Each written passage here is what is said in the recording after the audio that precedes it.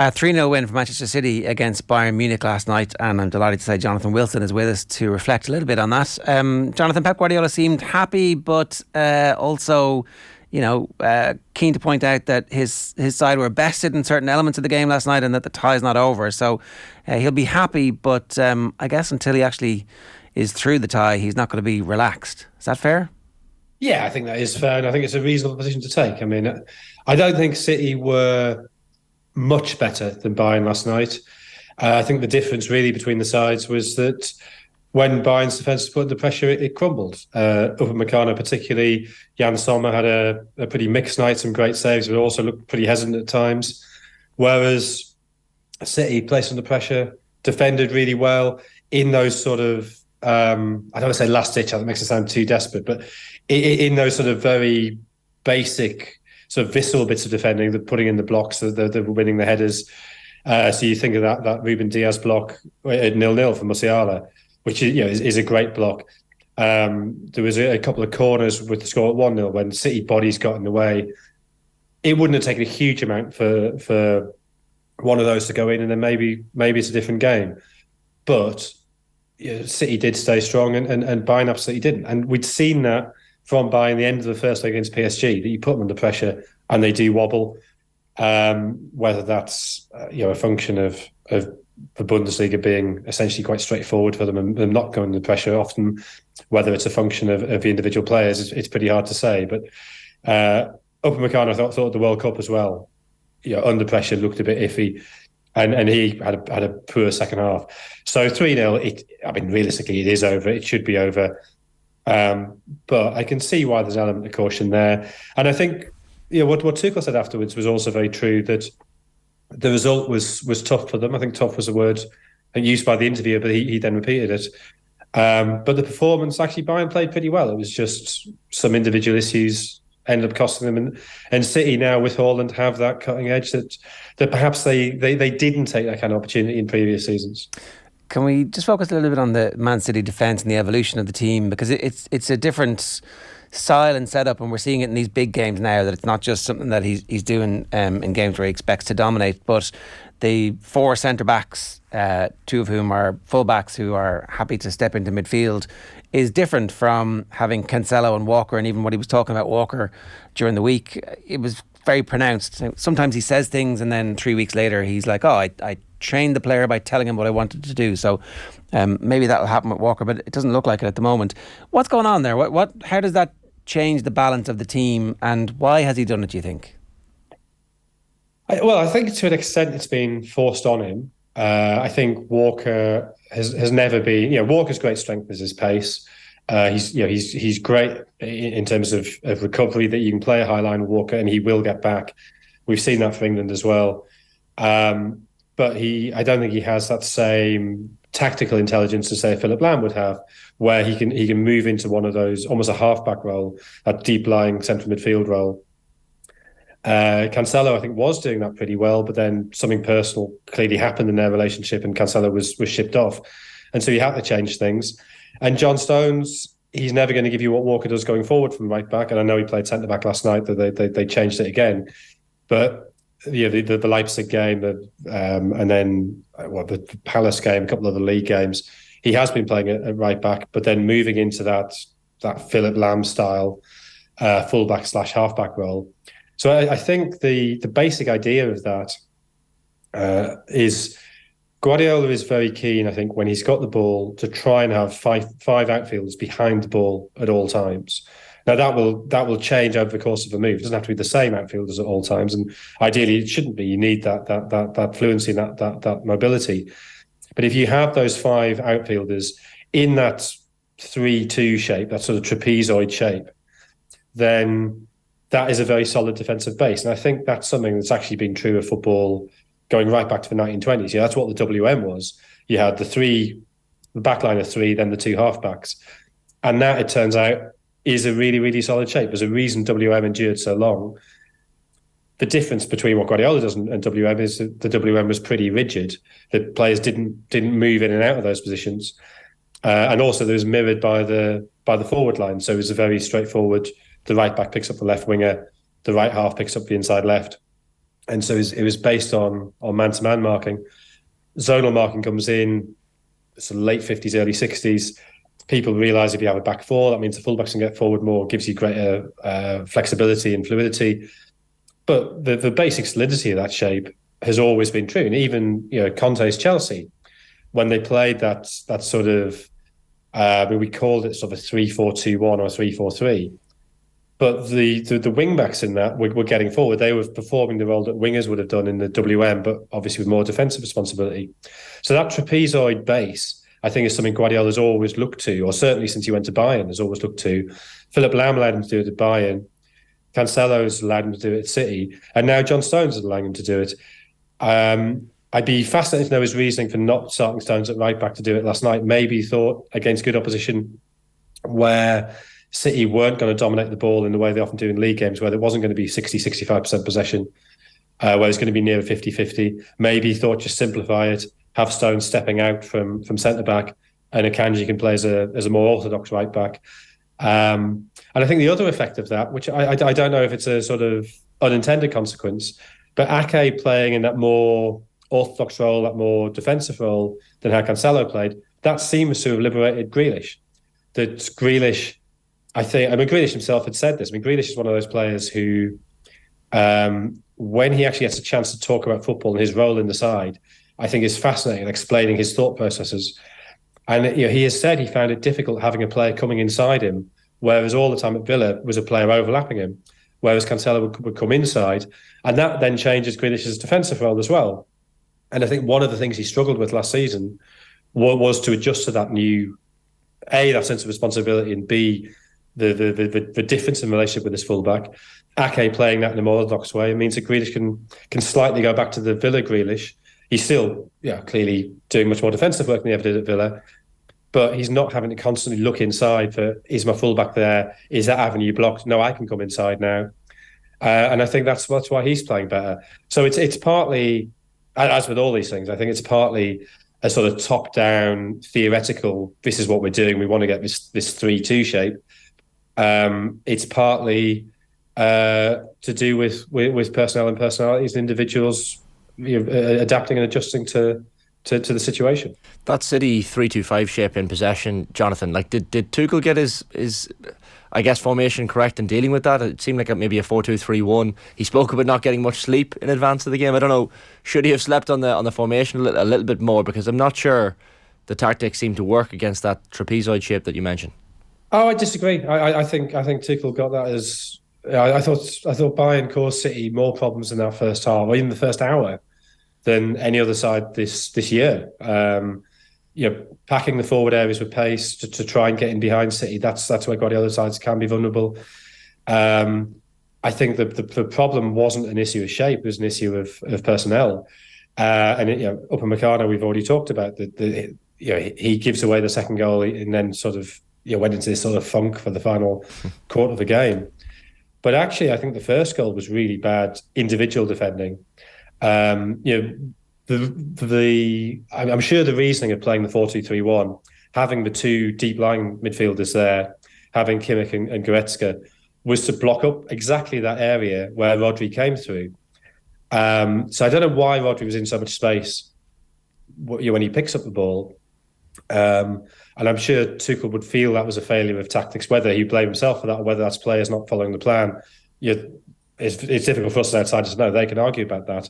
But what then happens, I think, is really, really poor. So Musiala obviously panics a bit because he sees Rodri in space, charges across. You don't really blame him for that because somebody's got to put in the challenge. But with the pace he's going at means that it's easy for Rodri to turn inside him. And where I think they really let themselves down is that Kimmich is actually there. He's just very, very slow to get out to him. Now, Kimmich should have been moving out, even as Musiala's coming over, in case sort of the ball pops loose from the challenge or in case Rodri turns inside and the ball's loose. Kimmich should be there to snaffle that, and he's not. And then even then, Rodri has time to line up the shot, and Kimmich's very slow to get out to him, and then he turns his back. And I don't want to sound old football man about turning your back, but don't turn your back. Turning your back makes you smaller. If he'd gone chest onto that, the ball probably still would have gone past him. But the space wouldn't have been as big. It would have been a harder shot for Rodri to take on. So I think Kimmich, well, though he played in other aspects, I think he really, really lets them down on that first goal. And obviously, once the first goal's gone in, the whole dynamic of the game changes. So I don't think that's a tactical issue. I think that's individuals failing to fulfill their jobs. And you do wonder, as I said with Upamecano, whether it's an issue with Kimmich that he's so used to Bayern being dominant in the Bundesliga that in that kind of situation, you don't need to get out to the Rodri figure, because players playing for Bundesliga clubs can't smack the ball in the top corner from 25 yards. You can afford to give them a little bit more time. But that lack of urgency, that's not a tactical issue. That's just a basic failure, Kimmich failure defending. So a work ethic thing, because you see Haaland chasing down Sommer and almost getting a goal in the first half, and Grealish, we mentioned earlier as well, kind of blocking off that Upamecano pass for the second goal. So it's when you say an individual thing, it's work ethic. Like the City players were just working harder than the Bayern players. I think it's work ethic. It's work ethic. You could run 18 kilometres in a game and sort of really put in the miles. Sorry, that's a terrible mixed metaphor. You can really put in the effort and run huge distances in the game. But you've got to be sharp in individual moments. Cowardice is far too strong a word, but you got compare Kimmich's reaction to Rodri getting the space to Diaz when Musiala got the space 2 minutes earlier. And Diaz gets himself out to it, makes himself big. He's facing the player. He's sort of spreading his legs, ready to go either side, and he makes the block. Kimmich half-heartedly turns his back, and where Diaz made his body, twice as big, Kimmich made it half as big. Obviously that's an exaggeration, but that has to do with the basics of defending and courage and alertness. Yeah. I'm sure Kimmich's running stats were great for the game, but sometimes it's about putting your body on the line. John Giles used to talk about moral courage, and that's kind of what he meant. I think that's the perfect encapsulation of it. It does then, because we were having this conversation a little bit earlier on, and I'm not entirely convinced that the game is totally put to bed just yet. I can see a situation where an early goal for Bayern and suddenly it's game on and it's really enthralling second leg. But at the same time, what you're talking about there is that Man City were really at it last night, and that's what they need to be in the Champions League, because there have been games where there hasn't been a clarity of purpose because the team selection was just a little bit different from what they were used to. But that's not the case at the moment. Pep's picking the same team effectively and the same players in roughly the same position, notwithstanding the right back and centre back switch. But everybody knows exactly what their job is, and that I think is maybe a little bit different from this part of the season and the early part of the season, and also this team versus previous year's teams. Yeah, I think that's true. I mean, how long he can do that, I think is interesting, because they've still got potentially 15 games to play this season. And that's, if you're an Arsenal fan, I think that's the one thing that gives you hope still, that before last night, City had twice as many games left to play, potentially twice as many games left to play as Arsenal. Can you keep playing essentially that same 11 or same sort of 12 or 13? Because Mahrez could have come in for Bernardo Silva. But it's right. It's minor tweaks. Even the Akanji Stones tweak, it's a basic pattern everybody now understands, and a modification on that is much easier to assimilate for players than a completely new strategy. Can you keep doing that for another 15 games? I don't know. Maybe they can, but that would be the one slight concern that there might be some fatigue starts coming. Having said that, City's run in the Premier League, apart from the Arsenal game, is pretty straightforward. It's certainly more straightforward than Arsenal's. Arsenal still have to go to Newcastle. City don't have a game anywhere near as hard as that. I think they've both got to play Chelsea at home, but Chelsea these days, certainly Chelsea under Lampard on Saturday were pretty dreadful. So even that probably isn't that tough a game. So I think maybe some of those Premier League games, as we get nearer the end of the season, Guardiola can start to rest players, or do what he's been doing with Haaland anyway, which is get a couple of goals, have half an hour off. And Haaland clearly, I think, has been a little bit frustrated at that he'd like to keep on, banging in more and more goals. And I'm sure he'd have had scored even more hat tricks than he already has if that consideration hadn't been there and he hadn't been being rested for a third of a load of games. On that, Jonathan, you even see the impact of Julian Alvarez off the bench last night, brilliant again. Will Arsenal fans watching on prefer, do you think, this City team to keep going in the Champions League? They're in the FA Cup as well. Like, is it a distraction, or because of the strength and depth, does it really matter? I think if you're an Arsenal fan, you want City to keep going, absolutely, because you want them tired. A distraction, I think. I sort of think distraction is a fair enough word if you're a team battling relegation. If I don't know, let me think of an example. If this is a long time ago, but Sunderland in 1992, when they got to the cup final as a second flight side, clearly their league form was hammered by the cup run, and they weren't far off being relegated to the third flight that season. And if they hadn't been in the cup, they would have been a comfortable mid-table side. So it was a distraction for them, all the emotional energy going into a small handful of games. I think in the modern game, for teams near the top of the Premier League, you expect to be, if you're in the Premier League title race, Arsenal this season, it's a pretty odd circumstance not to be involved in Europe at this stage. I think it's just something you've got to expect. So I'm not sure distraction is the right word, but clearly it does take a physical toll. The more games you play, the more tired you'll be, the more chances there are of injuries.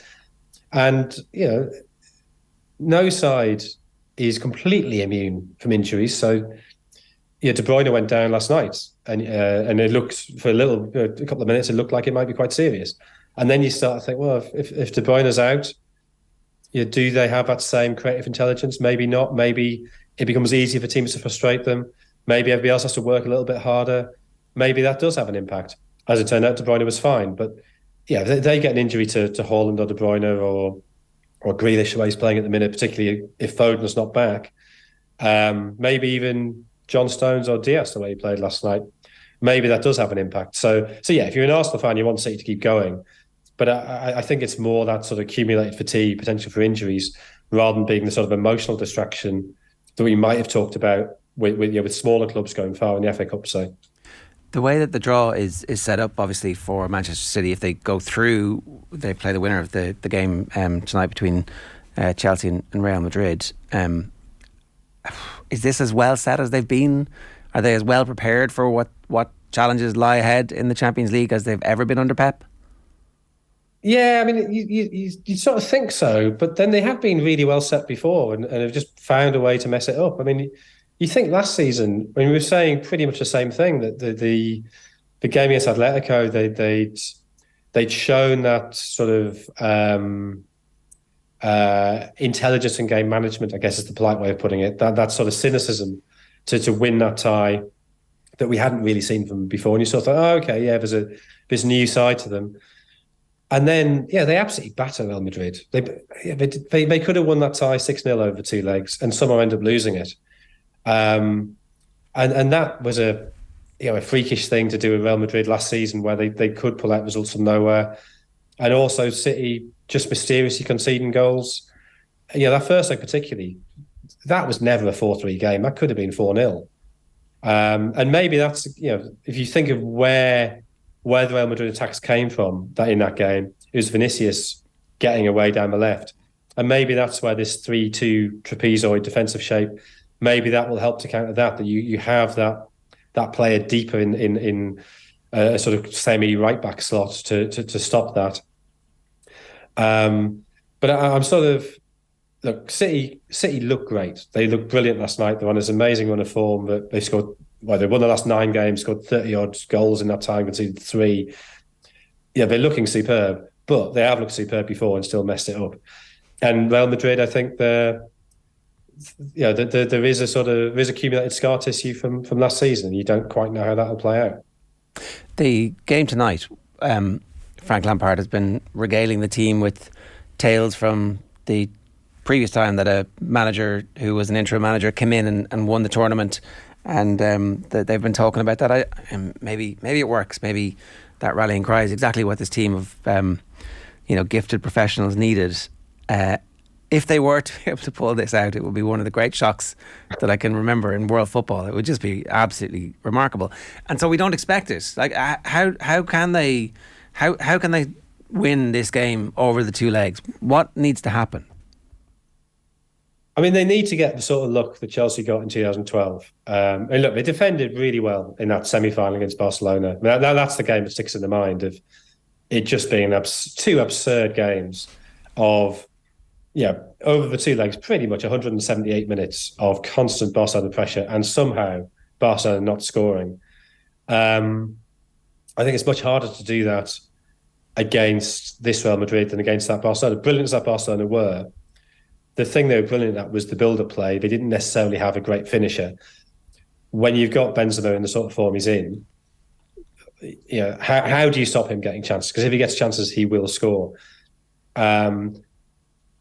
Also, this Real Madrid, they've just got and we saw this last season, we saw it against Liverpool, they've got this tremendous capacity not to panic. Whereas Barcelona in 2012, you could see the panic, partly because of what they'd gone through in 2010 against Inter, of we got all the ball, we're having all the chances, we're not scoring, what's going on, why is everything against us? Real Madrid have the exact opposite. They don't need the ball, they don't need chances, they just win games anyway. So I find it almost impossible to see how Chelsea win this game. I think if Potter had still been there was a chance, because the issue with Potter's side wasn't the defensive side of it, it was taking chances. I thought against Dortmund, although they lost the first leg in Germany, I thought they played really well that night. Most days they'd have won that game. I thought the second leg, very competent, very professional, get the 2 goals. I thought they probably shut up a bit too early, that they could have just kept going, that they ended up inviting a little bit of pressure then.